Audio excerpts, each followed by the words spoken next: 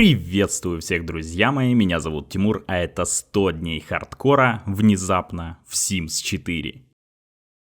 Вы, наверное, подумали, вот это подстава. Ты же у себя в телеге делал пост с намеком на игру для следующего ролика. И там был совсем не Sims 4. Все верно, так и было. Но запись геймплея по Green Hell требует куда больше времени, чем я думал. Поэтому пришлось переключиться на игру, геймплей которой не менее интересен, к тому же уже был записан. В начале года эта игра получила новую волну хайпа, после того, как один из моих коллег выпустил по ней весьма занятную 100-дневку. После этого началась просто лавина видосов. Каждый извращался как мог, но суть у всех оставалась одна: максимально усложнить жизнь своему подопечному и посмотреть, как он на протяжении всей своей весьма короткой жизни будет преодолевать различные препятствия. Хайп-трейн уже давно ушел, но тем не менее я все же решил попробовать выжить и в этой игре. К тому же супруга уже довольно долго просила сделать видео именно по этой игре, да и я сам давненько, правда, но все же поигрывал в нее временами. Начну с того, что у игры просто тонна дополнений. Помимо глобальных, которые добавляют новые возможности, геймплейные механики и даже целые города, есть и обычные с различной косметикой. Я не поленился и посчитал общую сумму, которую придется отдать за абсолютно все дополнения, доступные в Steam на данный момент. Поскольку в России, так же как и в Беларуси, она недоступна, пришлось менять регион через VPN. Но цены, независимо от того, США это или Великобритания, все равно показывались в евро. Итак, сумма всех дополнений Sims составляет 1224 евро, или почти 120 тысяч рублей. Если что, это полная стоимость, без учета скидок. Неплохо так. Конечно, никто в здравом уме все это покупать не будет. Не будет же. Все качают с торрентов, где все бесплатно и есть все дополнения. Однако я решил затестить базовую версию, так сказать, полную ванильку. Основную игру без каких-либо дополнений. Да, таким образом я убрал 90% всего контента. Но учитывая, сколько его в общей сложности, за 100 дней как-то адекватно вникнуть и прочувствовать каждую механику просто нереально. Правда, спустя столько времени даже базовая игра претерпела изменения, о которых я расскажу немного позже. Продолжительность жизни Сима по умолчанию составляет 84 дня, от молодого возраста до смерти. Поэтому, чтобы прожить 100 дней, мне придется прибегнуть к одной уловке. Ну а вы усаживайтесь поудобнее, берите что-нибудь попить и перекусить, а я расскажу вам очередную историю длиною в 100 дней.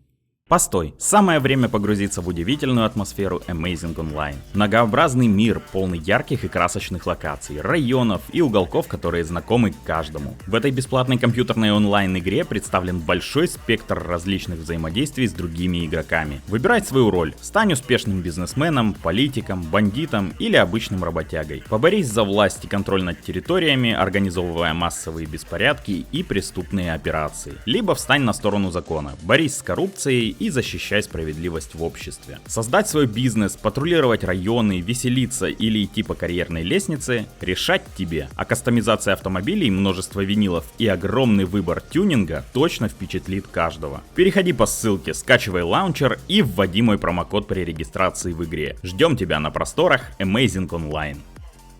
Перед началом приключения запускается редактор персонажа, в котором мне, собственно, и предстоит создать главного героя. Сразу запустилось обучение, где некая мадам по имени Эмили предложила создать историю своего персонажа. Либо сразу приступить к выбору внешнего вида. Подумал, что начать с истории было бы логично, поэтому выбрал этот пункт. Далее игра стала задавать различные вопросы, как в анкете, по типу: какой возраст вашего персонажа, что для него значат компьютеры, какую роль он будет играть в ограблении и так далее. Забегая вперед, скажу, что это полная шляпа. Отвечая на эти вопросы, игра создает характер персонажа, подбирает навыки и даже жизненную цель. После этого анкетирования у меня получился вот такой чебурек. Внешний вид нужно изменить однозначно, но тут игра сообщила, что изменить я теперь могу только внешность. Все остальное поменять нельзя. Причем игра с какого-то перепугу выбрала главной жизненной целью — это стать популярным шутником. Кстати, из подсказки узнал, что у этого кристалла Sims есть свое название — Пломбоб. Какого-то конкретного персонажа у меня в голове не было. Создавать своего протеже?